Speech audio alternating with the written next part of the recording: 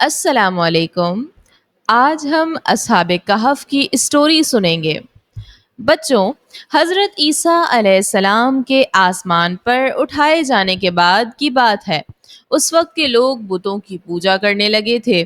ایک بہت ہی ظالم بادشاہ تھا جس کا نام تھا دقیانوس۔ وہ ان سب لوگوں کو مار ڈالتا تھا جو بتوں کی پوجا کرنے سے منع کرتے تھے۔ ایک شہر تھا جس کا نام افسوس تھا۔ وہاں کچھ نیک اور بہادر لڑکے رہتے تھے۔ وہ بت پرستی سے نفرت کرتے تھے اور اللہ کو مانتے تھے، اللہ کی عبادت کرتے تھے۔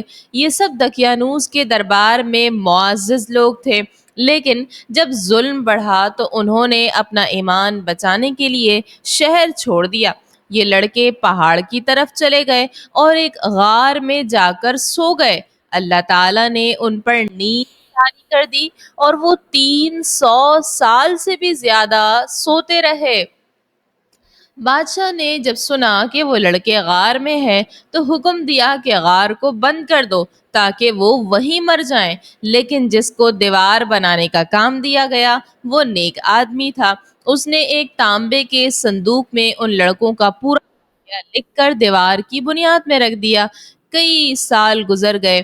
اب اس ملک میں بیدروس نام کا ایک نیک بادشاہ حکومت کرنے لگا، اور اس وقت کے لوگوں نے قیامت پر یقین کرنا چھوڑ دیا۔ تو نیک بادشاہ نے اللہ سے دعا کی، یا اللہ، کوئی نشانی دکھا دے تاکہ لوگ یقین کریں کہ مرنے کے بعد دوبارہ زندہ ہونا سچ ہے۔ اللہ تعالیٰ نے اس بادشاہ کی دعا قبول کر لی۔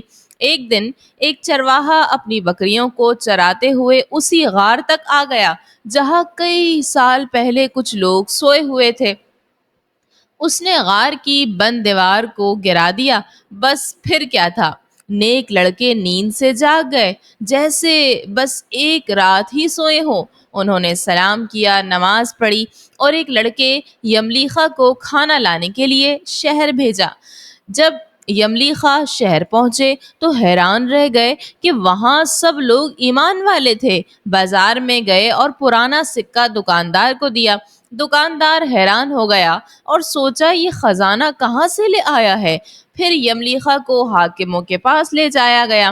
جب سرچنگ ہوئی، پوری تحقیق ہوئی تو یملیخا نے سچ سچ بتا دیا کہ ہم دقیانوس سے بچ کر ایمان کی حفاظت کے لیے غار میں چھپے تھے۔